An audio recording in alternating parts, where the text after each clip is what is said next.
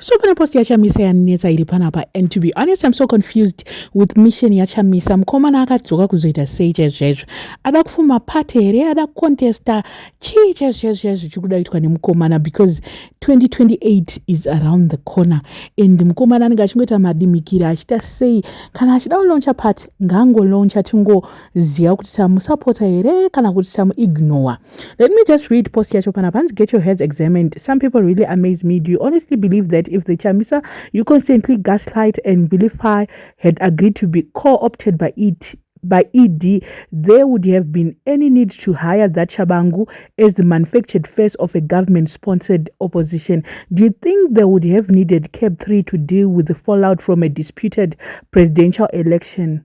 Would CAP 3 have been necessary? Do you think they would have spent billions in taxpayers' money buying off individuals, organizations, and institutions, including some within the region, to discredit and destroy the very person they were supposedly working with?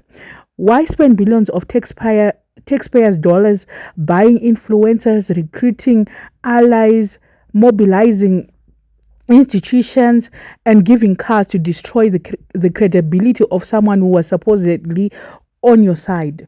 Why would an ally cause you sleepless nights? Give us a break. Kwanai miskwai.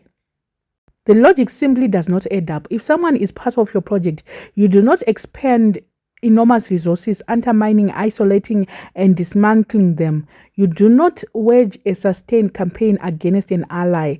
The very existence of these efforts points to entrenched animosity. We are chalk and cheese, oil and water we can mix, and I'm proud of that record. I think kuti mukomana very soon anenge achito launch something, because apa ari kutry kuda kutiudza kuti ZANU-PF yamunoti yakanditenga iyaya. Handisi pakambobuda marumors ekuti mukomana akato kunyarara kwaakaita akapiwa mari akazoita sei akatiza akaenda kuAmerica. Mukomana anyarara because akudya navo. So ari kuvhunza panapa kuti dai kuri kunzi ndakatengwa, vanhu vanenge vari busy neCAP 3. Vanhu vanenge vari busy rekuspenda mari yavari kuspenda on influences, on rallies, on like motkari and the likes. Hamene kuti munofungei nematauriro aita Chamisa aya. I think very soon anenge alauncha something ini. Ndozvandi kutongoona kuti hapana kana time tinenge taona zvedu kuti mukomana intention yake ndei chaiyo. I want to finish off manje ne question yabvunzwa papost iyoyo. Hanzi, what about the Geza revolution? Why wouldn't you support the people?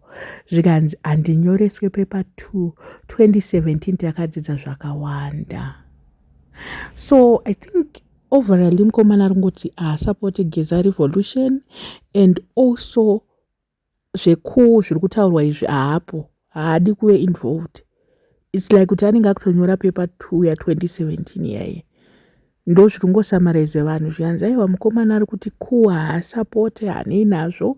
Geza revolution haaidi because it's like paper 2 yaanenge akunyora pakadai. So ameno, I don't know, does it really make sense though kuti kana tichisapota Geza revolution tikusapota paper 2 ya 2017 and 2017 kuya yakaitika iye he won't be involved if nhasi pakanzi munhu angagwa padaitwa kuu haazvipindire izvozvo, haanei nazvo. Iye chaari kungoda chete ndechekungoti ndofunga iye azoita pati yake ozolida ozodididi. Pamwe mukomana this time around ane ways, he's going to come back much stronger, because after everything hati expect kuti munhu anouya achingotiudza zvinhu, achingoita zvinhu zvisina musoro. Maona manje. I don't know what you guys think. Let me know in the comment section what are your thoughts. Panya, if you're not a subscriber, please make sure that you're subscribed, and see you in my next video.